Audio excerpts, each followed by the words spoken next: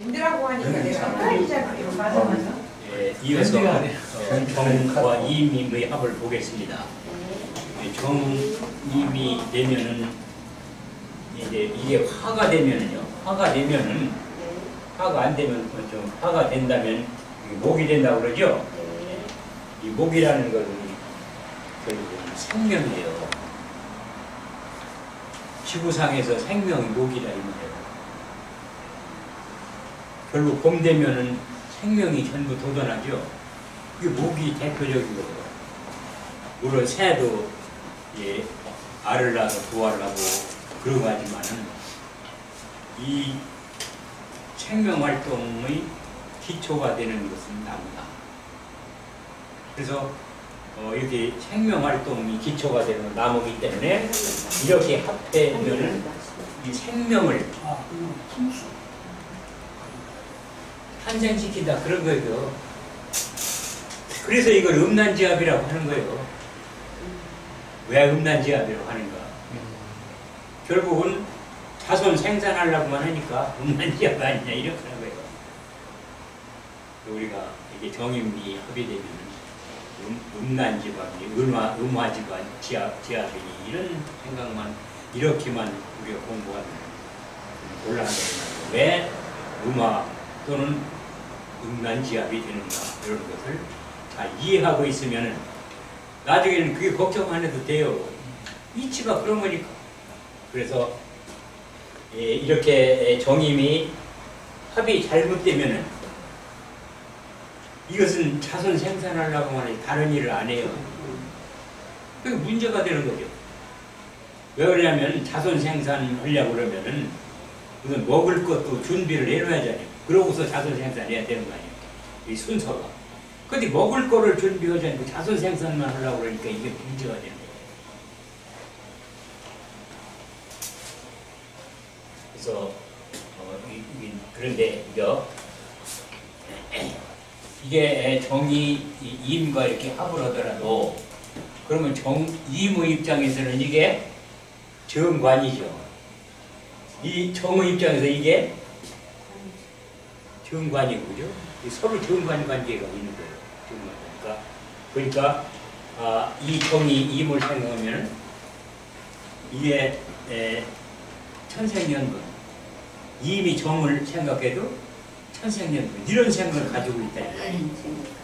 그러니까 합을 하는데 어떤 이게 천생연분이 아니고 그 생각 아니라 천생연분이니 거기에 몰입할 수 있다 그 말이죠.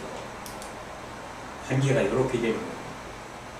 그래서 이런 합을 갖다가니 이렇게 음화지합이 이렇게 말하는데 만약 이 합이 이게 이렇게만 되어 있다 그런다면 이 사람은 이 정임합을 하느라고 다른 걸 생각하기 때문에 이게 다른 거에 취직도 안 하고 그런 거 하려고 이렇게 하는 사람이다.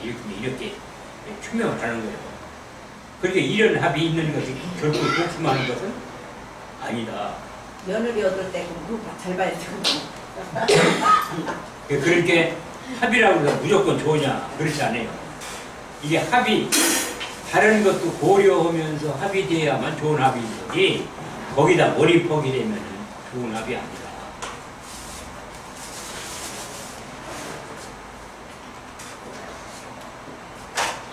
그 다음에 이제 무기합이 하나 남았어요. 그죠?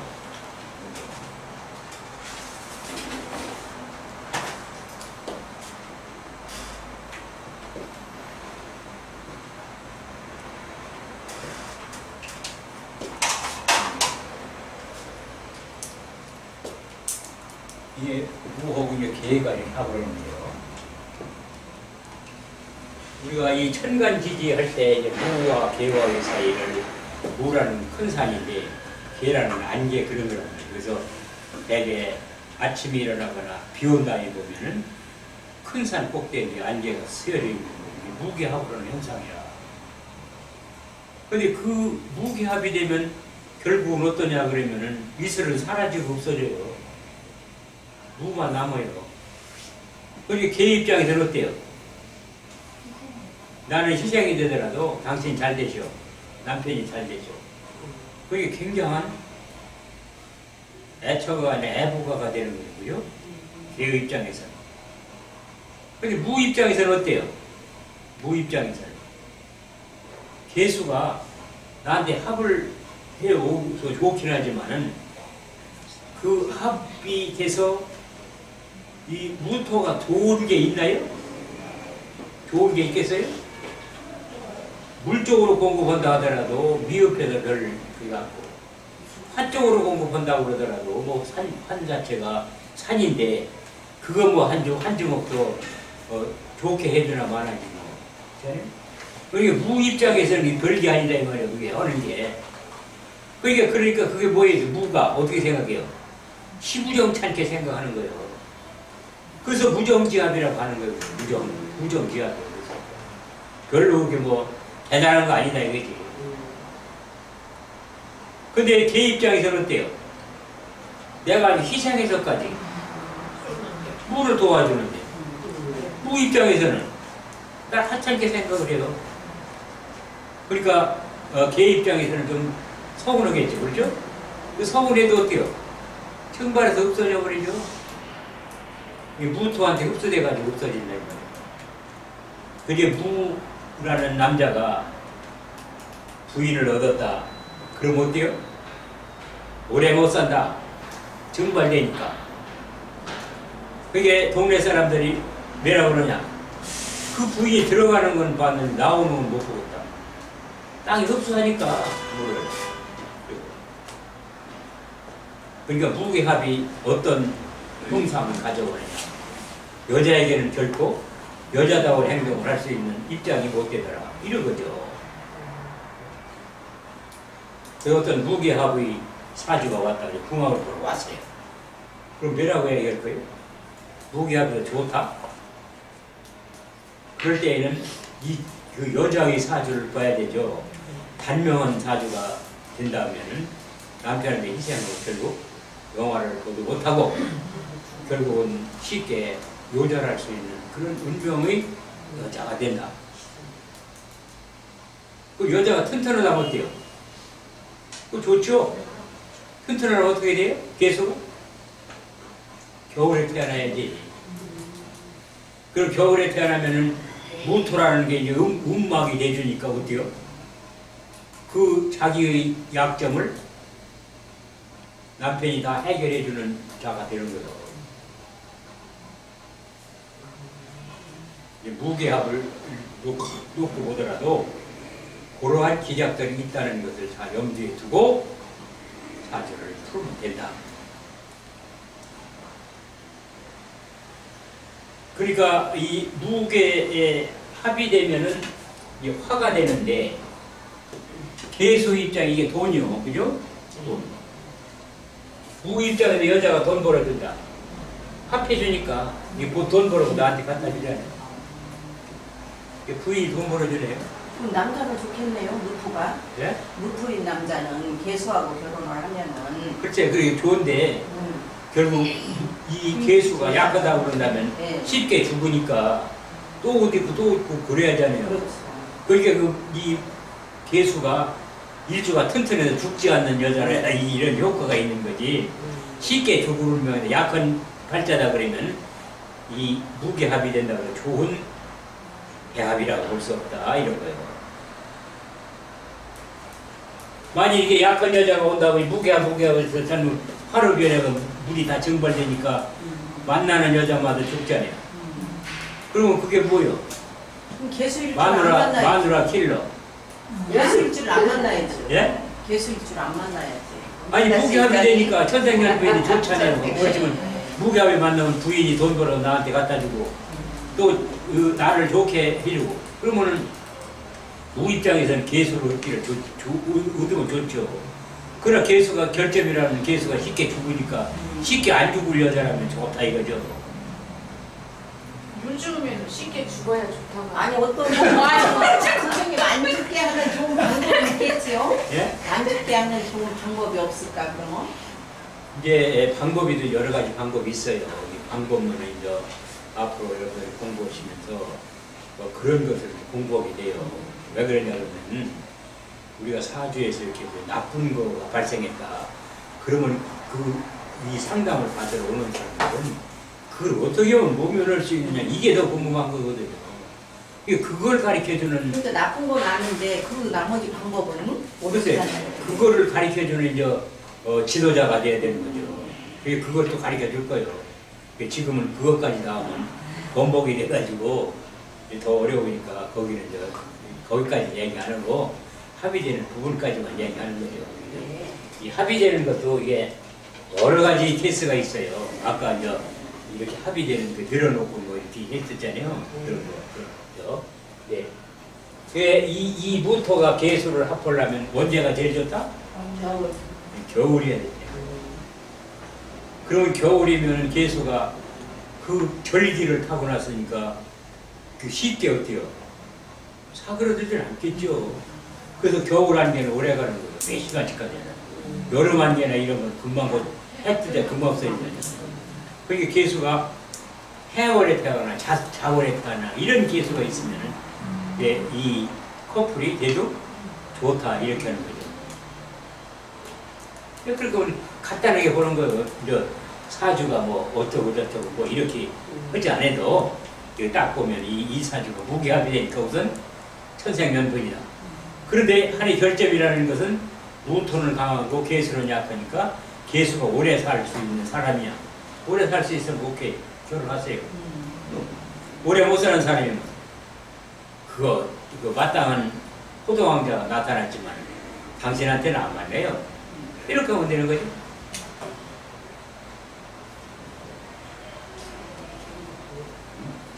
이 사주 발자라는 거예요.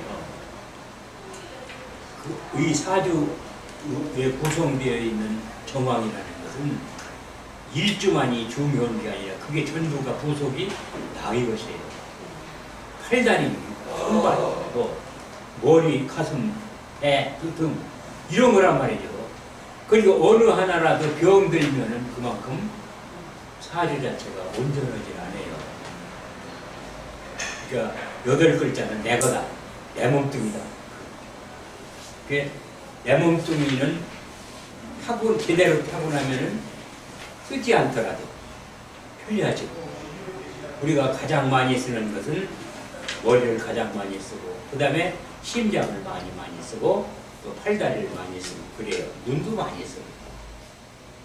근데 안 쓰는 기관도 있잖아요. 덜 쓰는 기관이 있을 뿐이지 아주 필요 없는 기관이 있느냐? 없다 이거예요.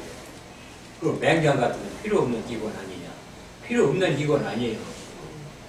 맹장이 무엇던 기관이냐 그러면은 섬유소를 소화하던 기관이다 이거예요. 그지 사람이 섬유소를 안 먹게 되니까 그 섬유소가 섬유소 처리하는 장치가 퇴화됐다는 말이죠. 그 지금은 그게 별 필요 없이 되는 거예요.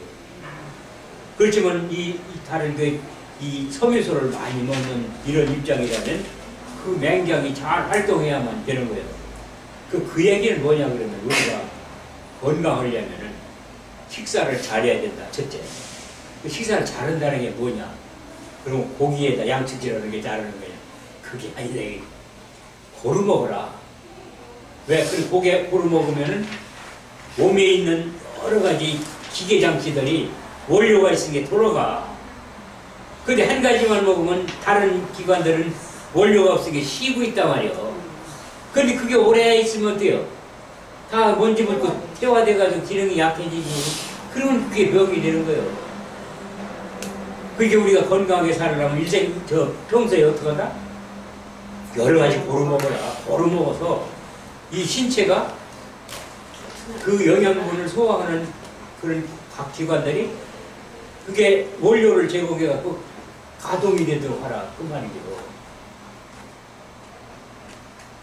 한다는 뭐를 먹을 건가?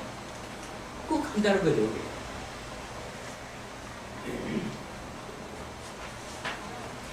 이제 이 머리를 좋게 하려면 무슨 식품을 먹는 게 좋으냐? 이런 거. 공부하는 사람이 공부하는 학생들 이런 사람 머리가 중요한 역할을 하잖아요. 머리 기억을 하고 있어야 되니까 어느 정도 아무리 지금 뭐 기억을 안 한다고 그러더라도 이 기억의 기본적인 건 있어야 되는 거예요.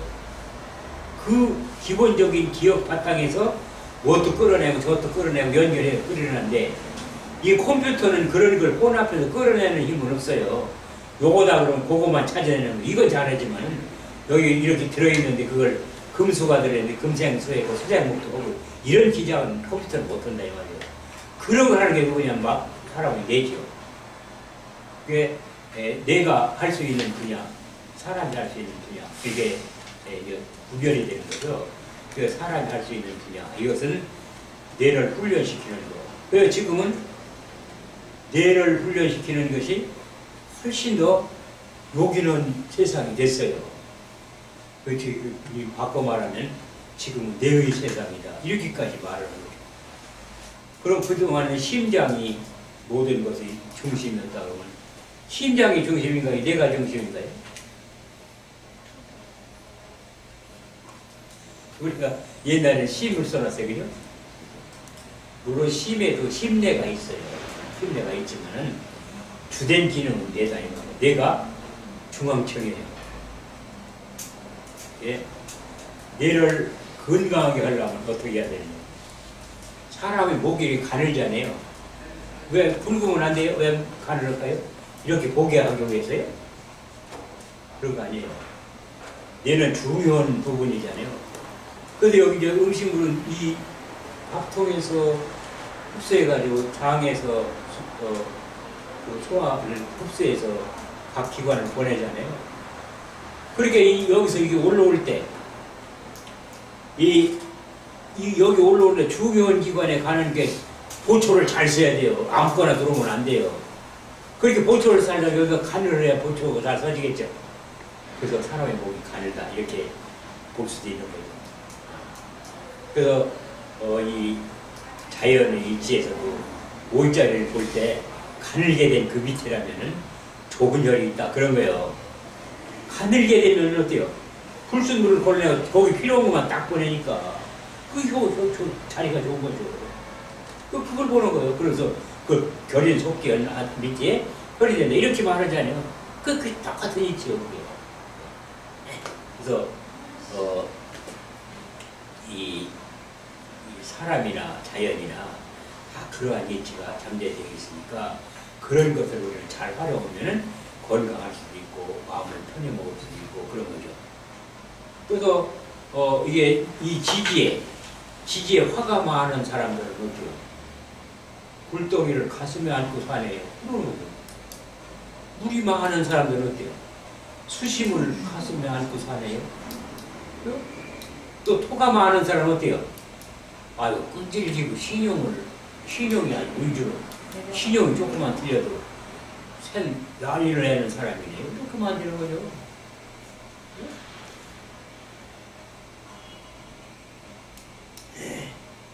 근데 어떤 오행이든지 사주에 편중되어 있는 건 좋지 않은 거죠. 편중되어 있으면 그게 병이에요. 이 병이 좋은 게 뭐냐? 병이 없는 사주가 좋은 운을 만나는 거, 병이 있는 사주가 좋은 운을 만나는 건 차이가 있는 거예요.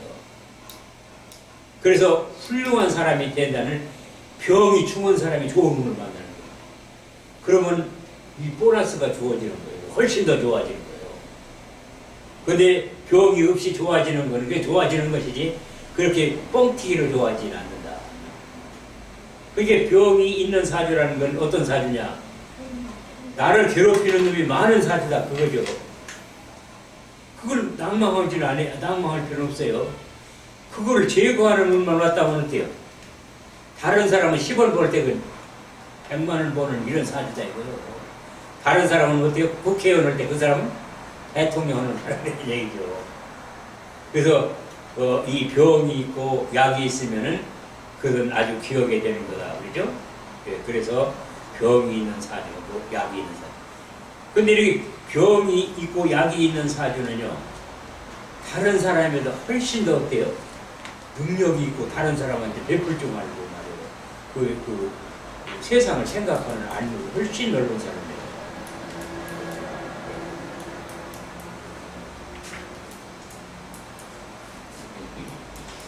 그래서 이제 무가 남자고 이렇게 여자가 부인이 와서 돈을 만들어서 나한테 도움을 준다고 해서 좋게만 생각할 수는 없다. 본인이 이 입장에서는 여자가 맞벌이에서 돈을 벌면 좋겠지만 부인의 건강도 생각해야 됩니다. 이게 첫째 이 남편한테 해줄 말이에요. 그 부인의 건강을 생각해야 된다는 뭐죠? 봄, 가을 양미를 할 수 있는 게 그거라는 거. 그거라도 해라 이거지. 보약을 먹여라. 그 보약을 먹였냐 안 물어보는 거. 안 먹였다고 그러면 뭐예요? 생일날 밥 사주고 하는 거 그거보다도 무토가 이 기름이 현찬해질 때에는 그걸 미리 강조해 주는 게 좋겠죠. 그게 진짜 남편이에요.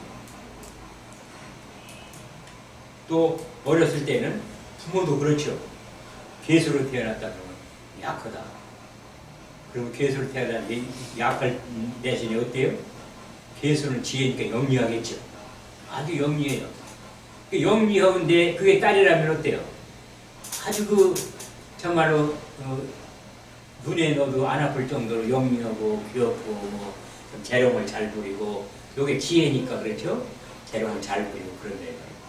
그 딸만 보면은 아주 굉장히 근무하다 말고 딸 생각을 집에 쩔어 오게 되고 막 이렇다고 하더라도 그 개수가 활동을 잘 할 수 있도록 도와주는 건 부모다 이거. 그 약하면 보약 먹여야 돼. 딸이라도. 근데 재롱 잘 부리는 건 뭐로 약 먹여?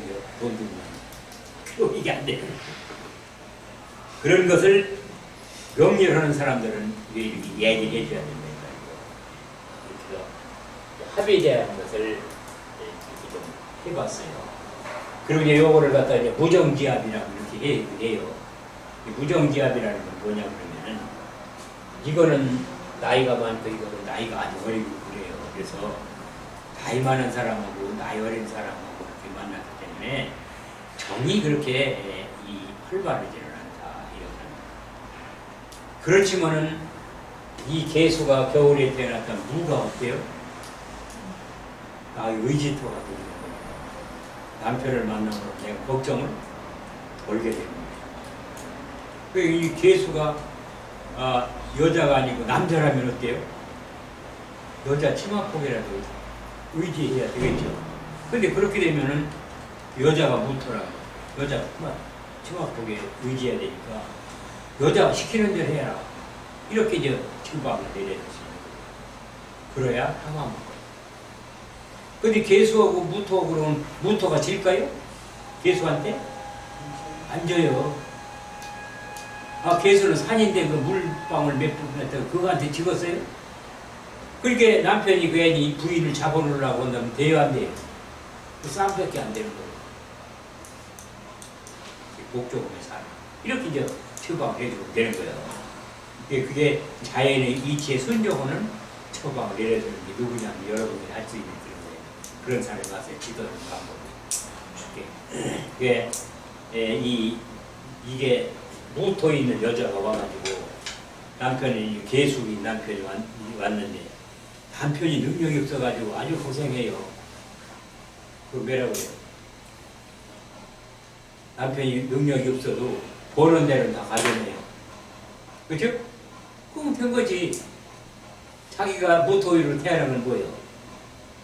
그럼 남편이 이렇게 좀 보태준다 하더라도 미흡하니까 내가 더 많이 벌어서 이 남편까지 벌어내주는 이러한 시스템의 영조를 내가 타고났다. 그 소리죠. 또 그렇게 살면 되는 거죠. 그래서 합에 대해서는 이만큼 이제 해서 이렇게 봤어요. 근데 여기서 이제 갑기가 합이 되고 합이 돼서 화되면 토가 되고 을경이 합이 되면은 금이 되고 병신이 합이 되면은 수가 되고 또 정임이 합이 되면은 목이 되고 무게가 합이 되면은 화가 되고 여기 됐어요. 그럼 요거는 뭐냐 그러면 요게 이 반만 화가 된 거예요. 요거 토니까 그렇죠?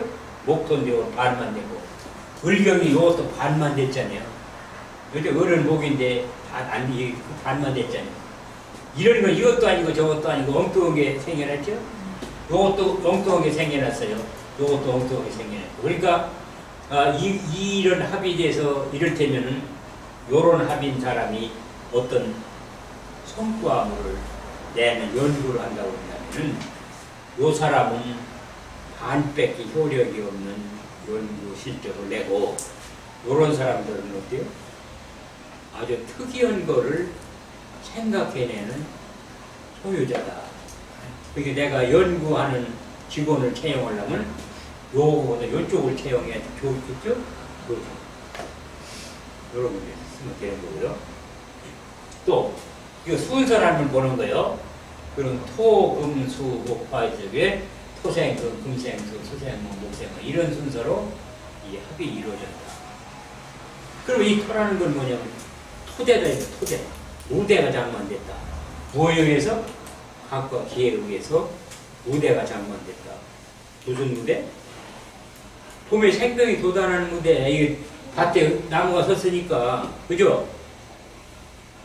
이게 세상이 펼쳐지는 무대가 됐다 이 말이요. 그 다음에는 여기 을경합이 금이 되고 수가 되고 목이 되고 화가 되고 이렇게 이런 순서로 상생하면서 이것이 이 합의 그 과정들이 이루어지는 것이다. 이렇게 이 상생으로 안 오면 어떡해요? 상상으로 안 오면 어때요? 이 상생이 안 되면은 돌질 않죠. 부닥치려면 돌지 않는 게 멈추잖아요. 근데 이 세상은 돌아야 되지 안 돌으면 어떻게 돼요? 이거 문제가 생기는 거죠. 그래 이게 돌도록 만들어진 거예요. 합의라 하더라도 이와 같이 돌도록 만들어진다. 정말로 사주에 돌게 되어 있는 사주는 어떻다? 자연을 닮아서 좋다. 어려움이 있더라도 금방 도르니까 금방 없어지고 또 좋은 게 그러죠.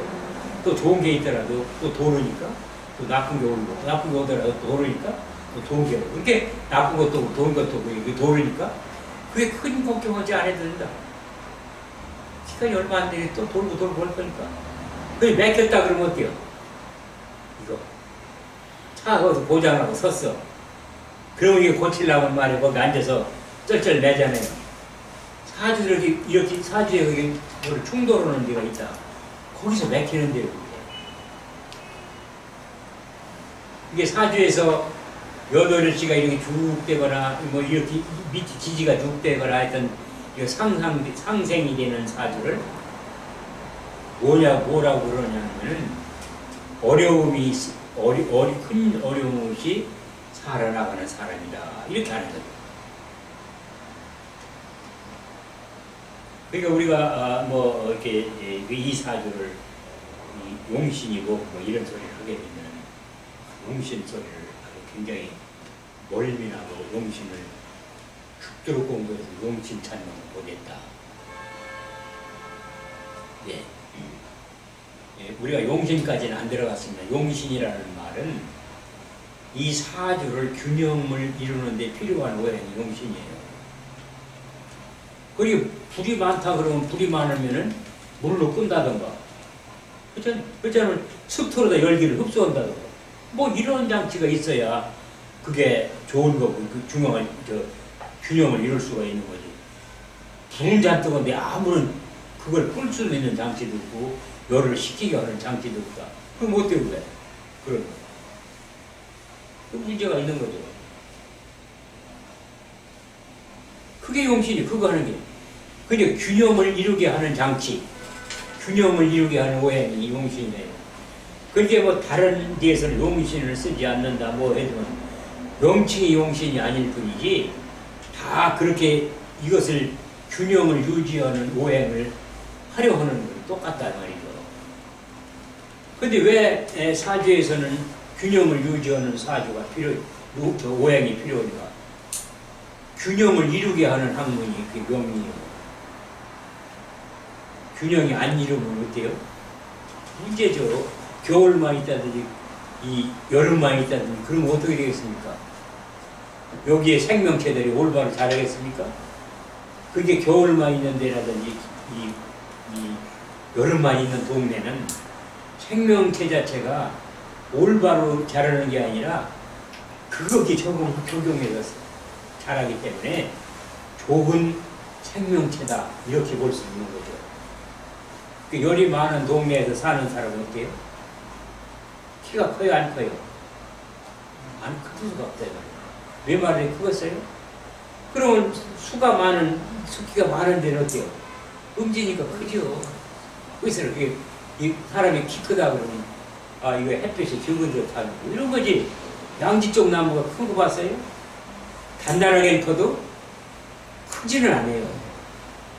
그러니까 이거 보고서 아 이거 음지나무다 그러면 어때요? 아 등치는 크네 이런 거지. 양지나무다 그러면 아 메마르 그래도 탄탄하게 컸네 이런 거잖아요. 뭐 사주가 그런 거잖아요. 뭐. 어려워요?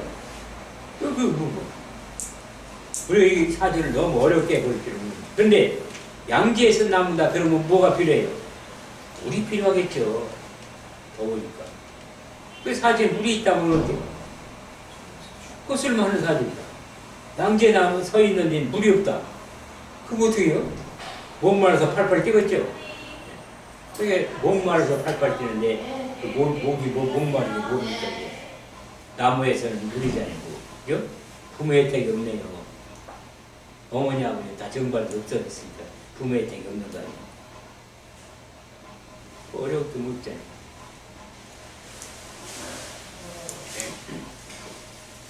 음지 쪽 나무다. 그 음지 쪽 나무는 나무가 여럿이요. 그럼 음지 쪽에 이제 햇볕이 있어야 되는데 햇볕도 없으면 나무가 여럿이면 어떡해요? 크기만 하잖아요. 그러니까 단단해야 하네. 단단하지 않다면. 또 꽃이 피느냐? 안 피네. 그 열매도 없죠? 그럼 뭐예요? 등치만 크고 뭐 별것도 아니네.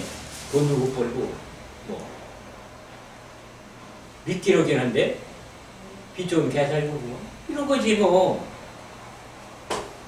그런 사람들은 뭐가 필요하냐? 화가 필요하다. 그런데 그런데 사주 화가 필요하다 하면 화가 필요하다면 어때요? 그거 좋은 사주지. 화도 없다. 또 있나없나 눈 씻고까지 본다. 그래도 없다. 그게 별볼이 없는 거지. 운에서 화가 들어온다. 그럼 그때는 좀 나서지겠죠. 그렇지만 이 사주에 원체 화가 없으면 화 운이 돌아가도 크게 좋을 수가 없어요. 그게 그러니까 우리가 사주를 써놓고 딱 볼 때 아, 이 사주가 어떤 상태에 놓여 있는 사주다. 이걸 보고 아, 이게 좋을 거다, 나쁠 거다. 형제가 있어 좋다, 형제가 있어 나쁘다. 이런 거. 그제 이 목이라는 것은 형제가 여럿이 있으면 땅도 나눠 써야 되고 햇빛도 나눠 써야 되고 물도 나눠 써야 되고 그러잖아요. 그럼 어떻게 그래? 곧게는 크지만은 자들볶음은 못 되겠다. 다 본건 그러면 이게 기름감 쓸 거지 열목을 쓸 거지 다 보면 되는 거지 뭐 더 그렇게 뭐 있어. 그 용신이고 뭐 따져서 뭘 건데. 그죠? 이렇게 쉽게 판단할 수 있는 것이 이렇게 이제 합인이 그런 걸 가지고 하는 거예요. 그 다음에 이제 이 화오행의 천간합이 화오행의 발현이에요. 화오행의 발현이라는 것은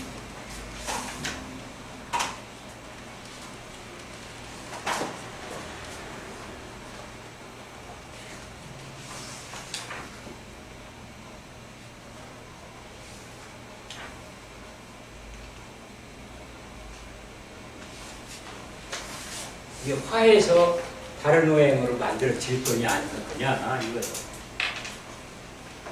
아까 각기 합을 할 때 갑이 뿌리가 있으면 쓰러져서 썩지 않기 때문에 화가 안 된다는 이론이 그러면 뿌리가 있으면 어떨 때 뿌리가 있느냐 봄철에 태어났으면 그렇겠죠.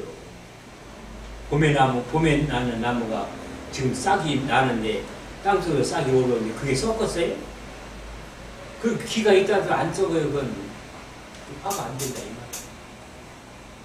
왜 어떤 때는 화가 되고 어떤 때는 안 되고 이거 그거 다 에워봐야 맨날 헛짓이요.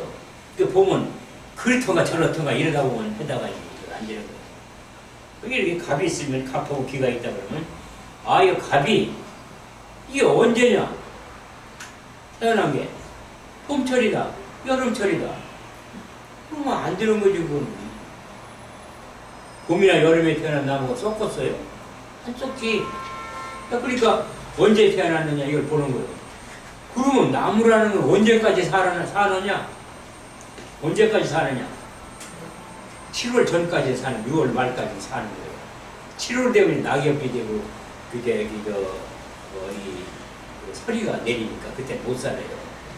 그게 사주에 내가 나무로 태어났는데 9월 달에 태어났다. 그러면 그 나무 무엇을 나무? 무엇을 나무? 9월 달에 태어나서 이제 단풍이나 그렇거든? 단풍이 있는지 없는지. 자, 우리가 이 오행의 색을 공부를 했어요. 그죠? 오행의 색을 공부했는데 그 중에서 어떤 색이 제일 문제가 되느냐는 붉은색이에요. 붉은색은 세 가지로 나눠서 검토를 해야 돼요.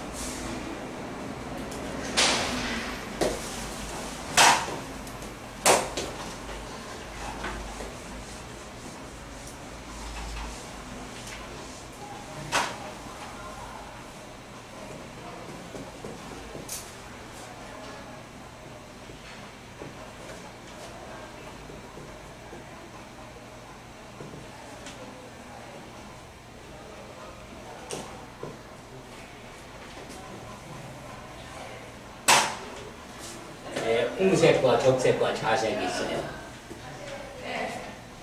이 홍색은 연한 붉은색으로서 이 색은 이제 피어나는 좋은 어린 아이들의 피부색 같은 것을 홍색이라고 그래요.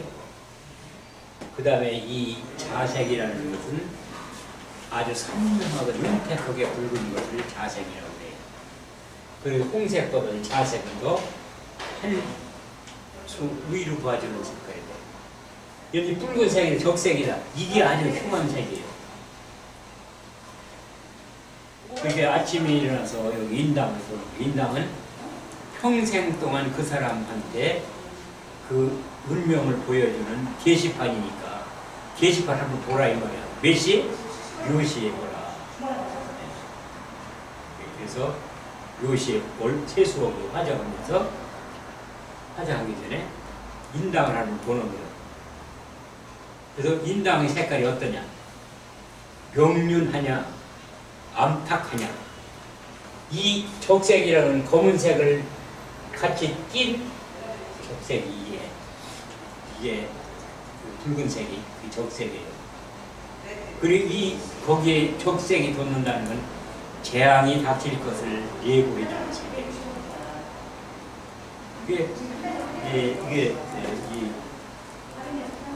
이게 감정을 받으러 왔어요.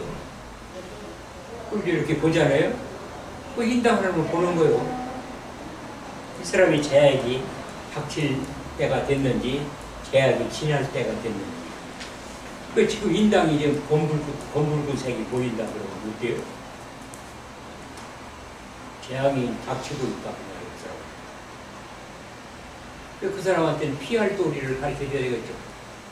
그런데 이 인당이 이 투명하면서도 윤택하게 붉어. 그러면 자색이니까 어때요? 벗어났죠? 그동안 고생 많이 했는데 이렇게 하면 되는 것이고 그거 어떻게 하라고 할 건 없어요. 그러니까 우리가 명리만 가지고 상대방을 지도한다는 것보다도 이렇게 관상단 보면서 이런 거 기대해 준다면 어때요? 훨씬 더. 그 정답을 말해줄 수 있는 확률이 매우 높아지는 거죠.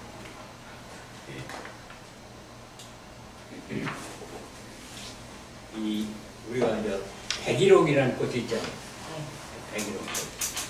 그리고 그 꽃이 이제 100일 동안 붓다 해가지고 백일옥이라고 하는데 그 백일옥이 이제 본래는 멕시코의 잡초였었는데 독일 사람이, 독일 학자가, 식물학자가 개발해가지고 꽃으로 개발한 게 알려져 있잖아요.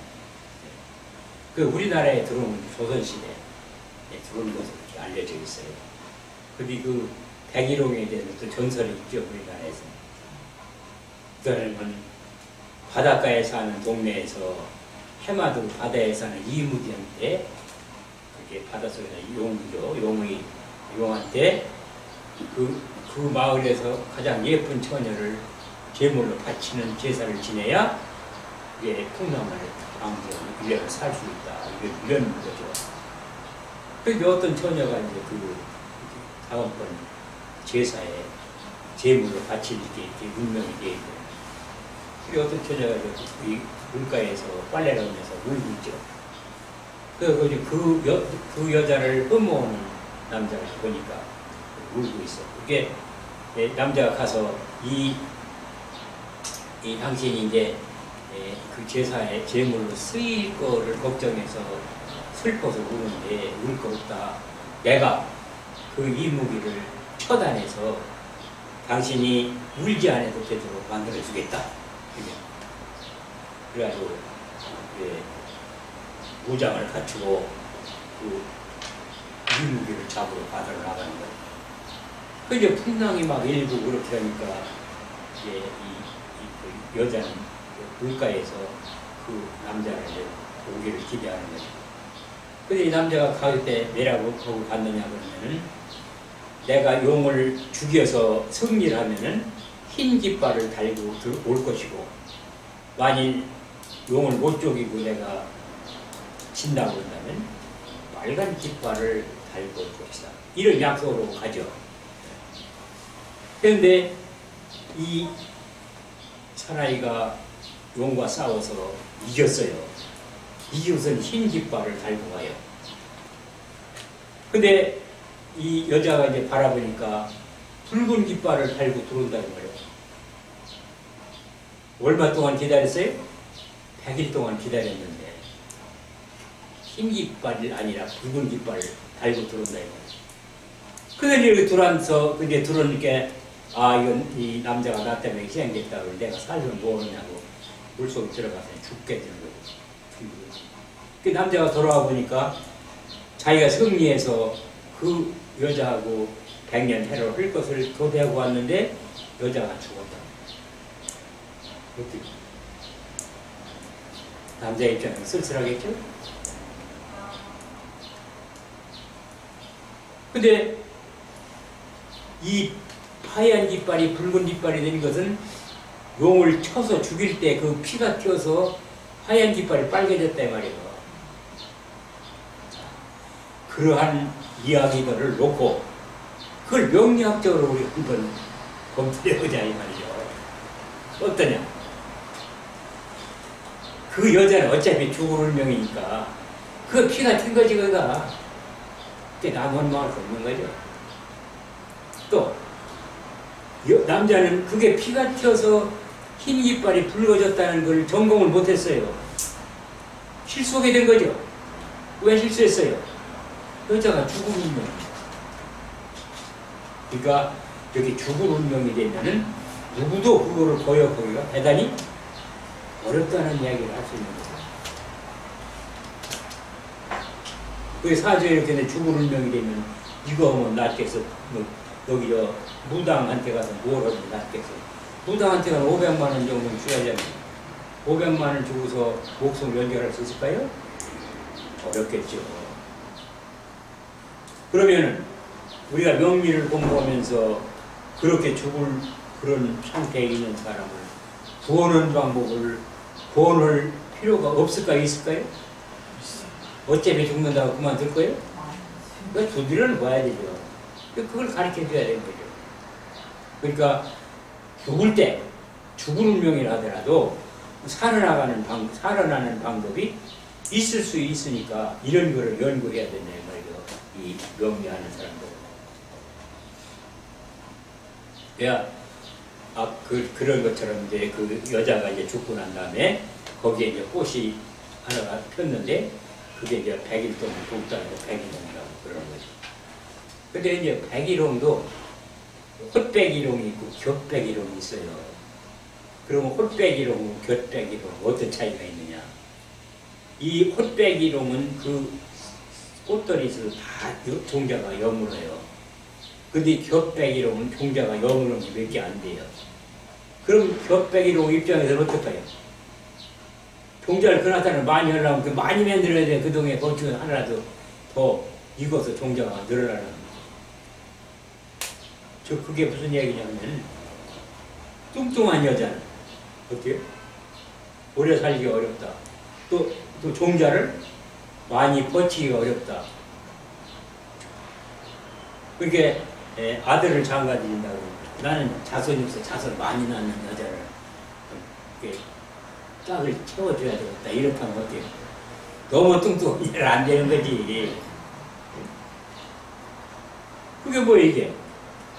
우리가 명예 이 보는 학자들한테 오잖아요. 이거 우리 이렇게 이 부인 우리가 그 얻어주면 짝을 맺어주면 우리 자손이 구했는데 자손 많이 얻을까요? 그 자손은 많이 못 얻네요. 그 대신 뚱뚱한 게 뭐예요? 그걸 다 먹이려면 뭐가 있어야 돼요? 돈이 있어야 되는 게 돈은 있겠네요.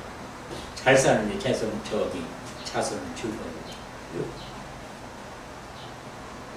쉽잖아요? 이와 같은 방법으로 하면 되는 게고요. 이제 화가 되느냐 안 되느냐 하는 것은 아까 이야기한 것처럼 화될 수 있는 조건이 되면 돼요. 첫째 조건이 뭐냐면 원령이 봄이면은 이게 정이 목이 잘 되겠죠. 목이 되죠. 여름이라면 어때요? 목에 화가 잘 되겠죠. 화가 잘 되겠죠. 우선 계절이 첫째라는 걸 염두에 두면은 이게 한 60, 70%는 해결되는 거예요. 원령이 중요하다. 그 원령에는 화가 많을 때는 합이 되면 화가 되고 목이 많을 때는 목이 된다. 이렇게만 알아도 상당히 지금 진정이 되는 거예요. 그게 되는지 안 되는지 모르니까 이게 감정이 어려운 거죠. 이렇게 쉽게 보는 방법을 우선은 머릿속에 넣어두고 그 다음에 이제 보고 예외가 있어요. 언제든 예외라는 있는 거니까요. 예외를 하나씩 집어서 내가 잘 갈구려면은 기술자가 되는 거예요. 지금 그 중에서 붉은색이 뭐가 문제예요? 예? 붉은색이 가장 문제라고 했는데 붉은색이 그래서 예만 백일홍을 들었는데 붉은색이 왜 문제가 되는 거예요? 붉은색이요? 네. 이 붉은색이라는 것은 어떤 뜻을 가지고 있느냐 하면은 암흑의 세계로 갈 수 있는 그런 문턱이 있다는 거죠. 저 세상으로 가는 문턱의 색깔이 붉은색이라는 거죠. 이 적색이라는 거죠. 그게 죽으러 가는 색이 붉은색이다. 그리고 우리가 혀를 가지고 의사들이 진단하잖아요. 근데 환자들이 혀를 빼보세요. 혀가 백색이면 어때요? 열이 많은 거고. 왜 그러냐면 열이 많은 게 식히려고 금이 백색을 나타내는 거냐. 흑색이 됐다 그러면 어때요? 흑색이면 화를 끄잖아요. 죽는 색이다. 혓바닥이 새카면 다 죽을 사람이네. 이거죠. 근데 새카만 게 어때요? 검붉은 색깔 아닙니까? 뼈가. 그죠? 그게 죽는 색깔이에요. 환자들, 이게 노인들이 이제 다 살아서 이제 돌아가신 분들 예전에 문병을 갔어요. 그래서 이렇게 이야기하면 이 분이 죽을 사람인가 살아날 사람인가 보려면 이 혓바닥을 보는 거죠. 혓바닥이 이게 검붉다. 희망이 없는 거죠. 죽을 문턱에 다 닿는 거죠. 의사도 그렇죠. 이 사람 이게 희망이 없으니까 준비를 하세요. 마음의 준비를 하셔야 되는데 이러잖아요. 근데 이게 며칠 있으니까 또 살아나. 그럼 마음의 준비하는 게 맞는 거예요? 그 의사도 그런 거예요. 의사도 혀를 보고 그게 검어지면은 준비를 하죠. 그 틀림없는 거죠. 검어지지도 않는 것 같아요. 이 준비를 하죠. 그 틀리는 소리지. 이게 오행을 공부하는 학자의 눈에는 다 그게 보이는 거지.